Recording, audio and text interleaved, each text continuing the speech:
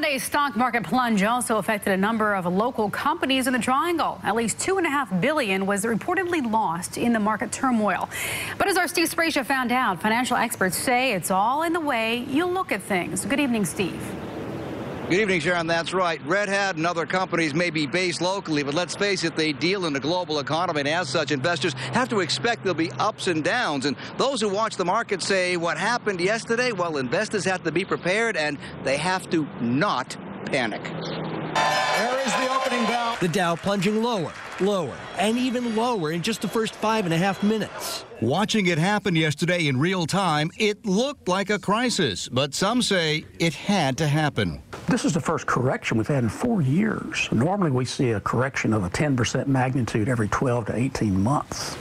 Gerald Townsend has been watching the financial world for over 30 years as an asset manager, and he says the wild fluctuations are not that unusual. Markets always overreact, either to the upside or the downside. They always do.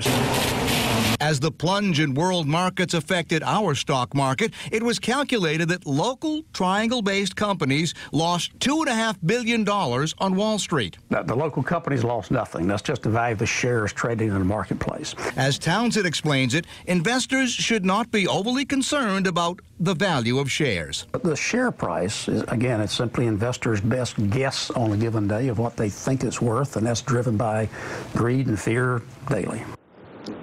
Townsend says as an investor, you have to look at things long term, be patient, and he says, remember that well-managed companies ultimately will always be successful. Reporting live, I'm Steve Spracia, WNCN News. All right, Steve, thank you.